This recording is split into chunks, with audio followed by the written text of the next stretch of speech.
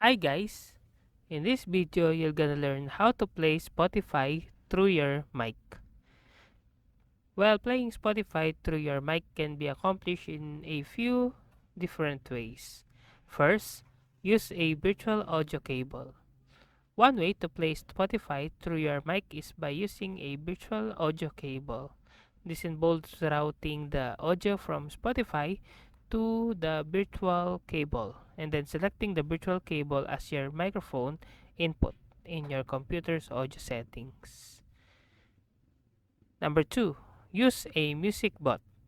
If you're playing Spotify through a voice chat platforms like Discord or TeamSpeak, you can use a music bot to play the music through your microphone.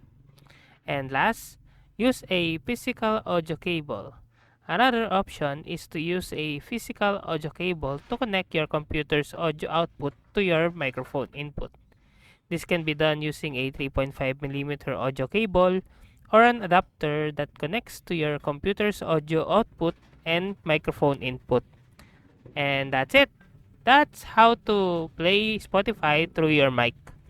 If you like this video, please click the subscribe button and click the bell icon to notify you to our next tutorial.